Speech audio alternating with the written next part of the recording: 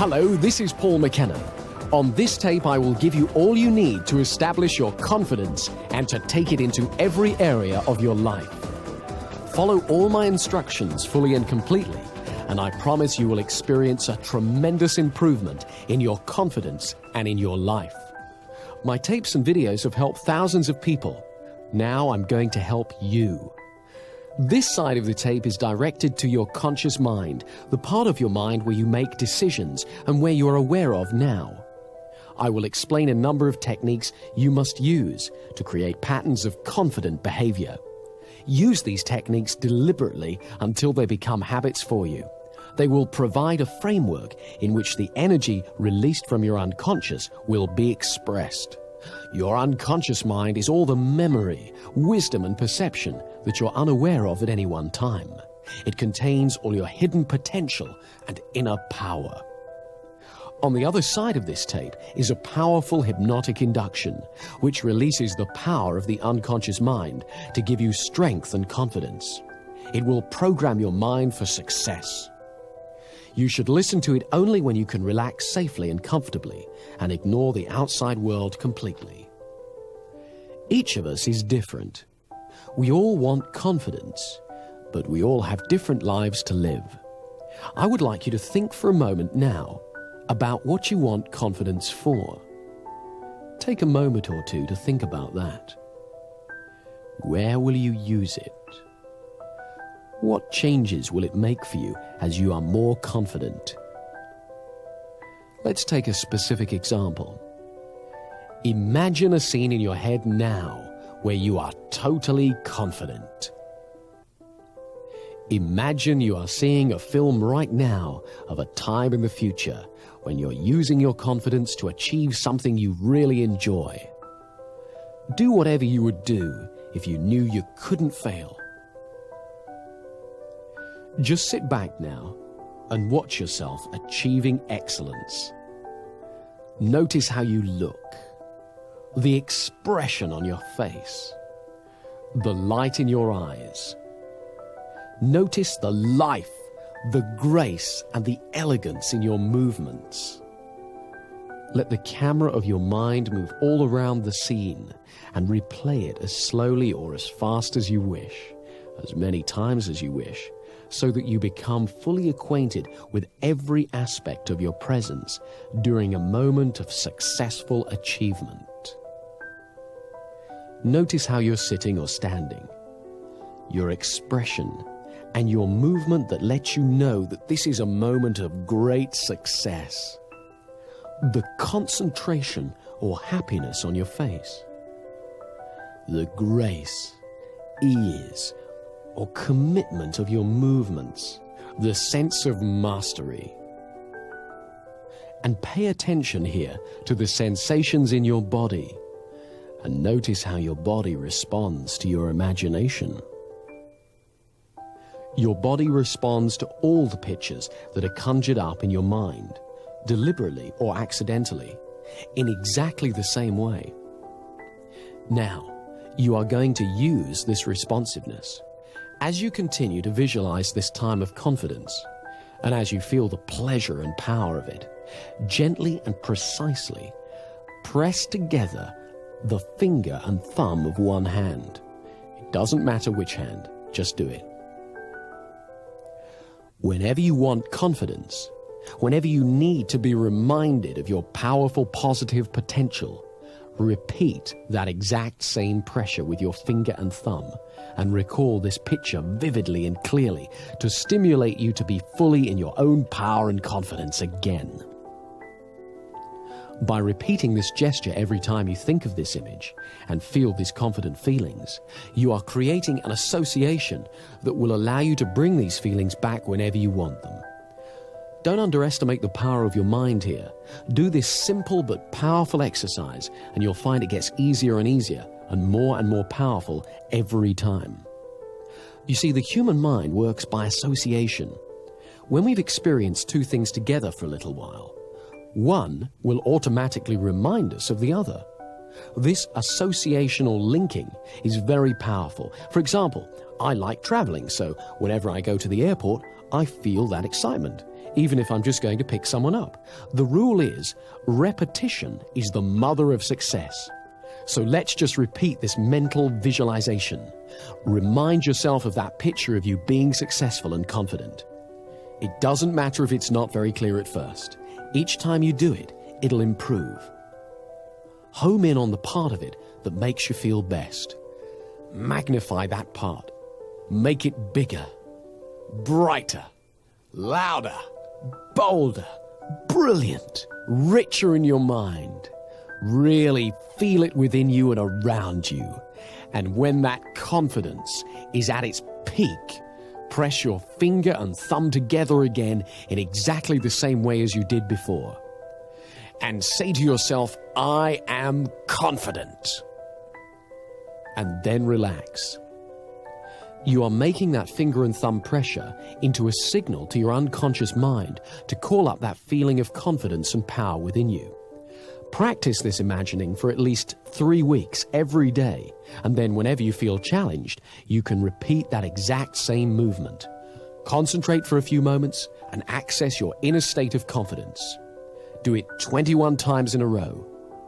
Olympic athletes the world over have used exactly this technique to prepare to win their competitions. Now you can use it. You see, we're all born with confidence. Babies are confident. They cry and they expect to be fed.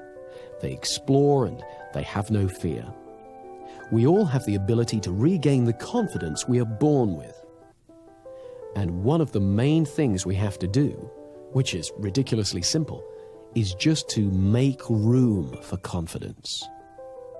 People who've lost confidence feel fear, and so they often hurry to get past things or hang back and avoid them. They speak too little or too fast. And when they feel awkward because they're doing these things, they have a tendency to do them even more. To let ourselves feel confident, we need 2 simple qualities: patience and flexible thinking. A few years ago, I was giving a presentation at a conference. I was on a panel with 2 other speakers, and while they spoke, I was really enjoying relaxing and being a member of the audience. And so it came as a bit of a shock to me when I was called to speak. I went to the rostrum and looked out and saw a huge room full of people looking at me. All of a sudden, I felt my stomach tighten and my hands went clammy and started to tremble. I was very surprised because I'm used to appearing in public, so I wasn't expecting to feel anything like that. So what I did was nothing. I just stood there and I noticed my feelings. First of all, I noticed my breathing, and I got used to standing where I was. I thought for a moment about what I was going to say and how much I believed in it, and I accepted that my body was excited. I was excited. I didn't have to call it stage fright or lack of confidence. I was excited. And that added a spark to my presentation. Then, when I felt ready to speak, I began. Now, this was a fairly simple little incident, but it shows 3 things. Firstly, you never know when you're going to be surprised, because I had no idea I was going to feel anything like that when I stood up. Secondly, it reminded me of the value of patience. I simply took my time to notice what I felt and got used to it. I didn't rush away from my feelings by diving straight into my presentation in a terrible rush. And when I acknowledged how I felt, it wasn't overwhelming. It helped to notice my breathing and to let that be calm as well. Thirdly, I reminded myself that the feeling I felt wasn't good or bad. It was just what I felt. And I could choose to call it fear or stage fright or eagerness or excitement. And I chose to call it excitement. I was reminded of this when I was sent a tape of my presentation, and I heard the pause before I started to speak.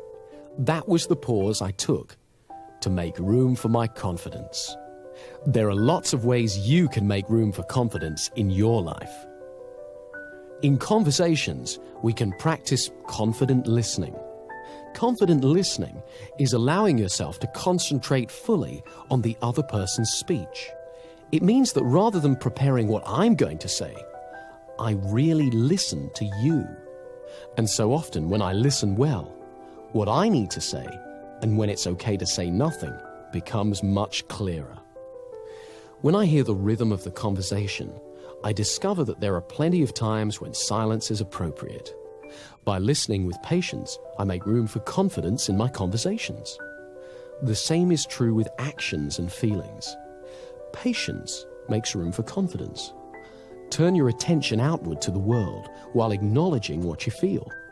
But don't judge or compare or worry. Stay curious. Don't judge yourself or others. Often you don't have to do half as much as you were worried about when you lacked confidence. And when it's time to act, what you have to do is clear and simple. We all use habits a great deal in our life. Some habits help our confidence, others don't.